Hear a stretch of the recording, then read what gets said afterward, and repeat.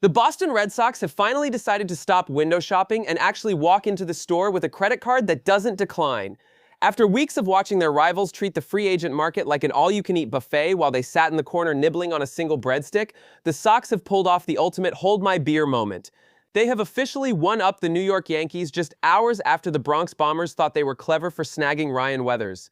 But while the Yankees were playing checkers, the Red Sox were playing high-stakes poker, and they just pushed a $130 million stack of chips into the middle of the table.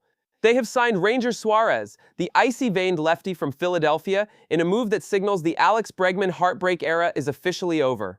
We are talking about a top-tier rotation piece joining a staff that was already sneaky good, and folks, the American League East just got a whole lot more interesting. Quick favor, if you are loving this high-energy breakdown of the absolute madness in the MLB offseason, hit that subscribe button right now. Over 92% of viewers haven't actually joined the family yet, and quite frankly, you are missing out on the sharpest baseball news on the planet. It is completely free, takes a second, and it means the world to us as we work to bring you daily updates here. Thanks if you did. Now back to the absolute carnage on the free agent market. It genuinely blows my mind that we even have to talk about a pivot, because the Red Sox wouldn't budge on a measly $10 million or a no-trade clause for Alex Bregman. The update there is almost painful to recite.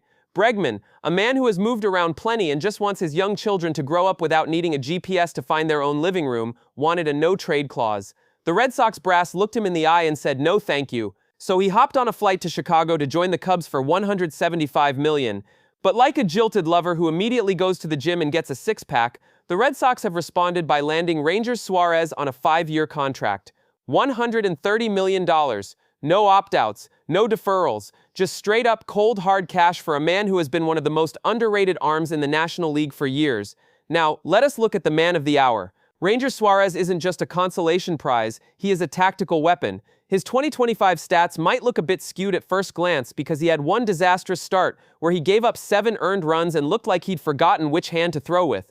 But if you strip away that one anomaly, he was absolutely lights out. He finished the season with a 3.2 ERA, but in his final 25 starts, that number was a ridiculous. My eye is twitching just thinking about it. And that is probably because as a Cleveland fan, I am not used to seeing teams actually spend money to solve their problems. Suarez is the ultimate pitch-to-contact wizard. He isn't going to blow 102 miles per hour past you, but he will induce so many weak ground balls that your infielders will need new gloves by June. And that is precisely why he is a dream fit for Fenway Park. With the green monster looming over left field like a giant emerald bully, you do not want a fly ball pitcher who gives up Fenway specials every other inning.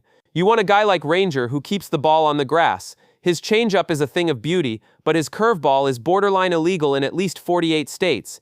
I am incredibly excited to see what Andrew Bailey does with him. We have seen Bailey turn Garrett Crochet into a Cy Young contender and teach Aroldis Chapman how to actually find the strike zone again. If Bailey can retool Ranger's sinker and cutter, we are looking at a perennial 2.60 ERA guy who could sleepwalk through a lineup.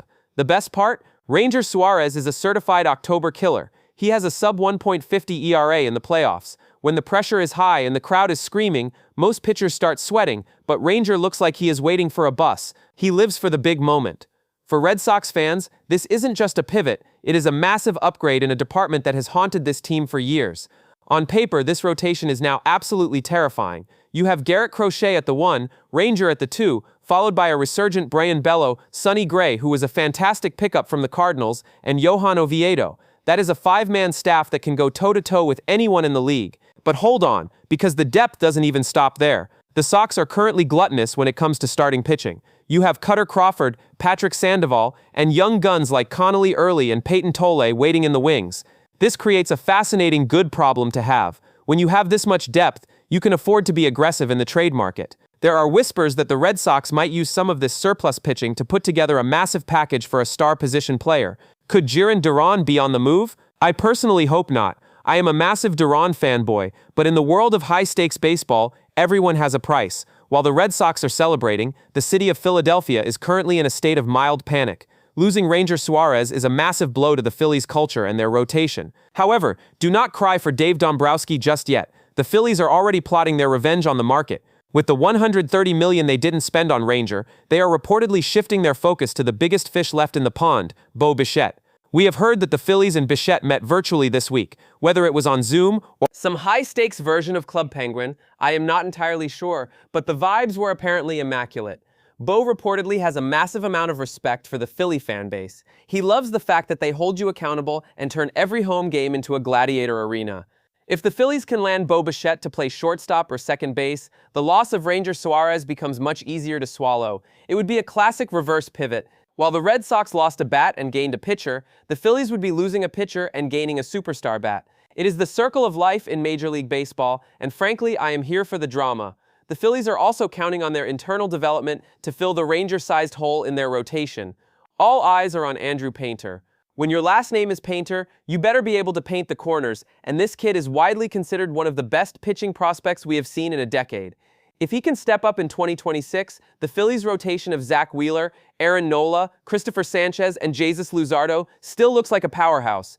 But losing that lefty stability of Suarez is a gamble, especially with Wheeler coming off thoracic outlet surgery and openly talking about retirement in a couple of years. The fallout of this deal is going to ripple through the entire league for the next few weeks.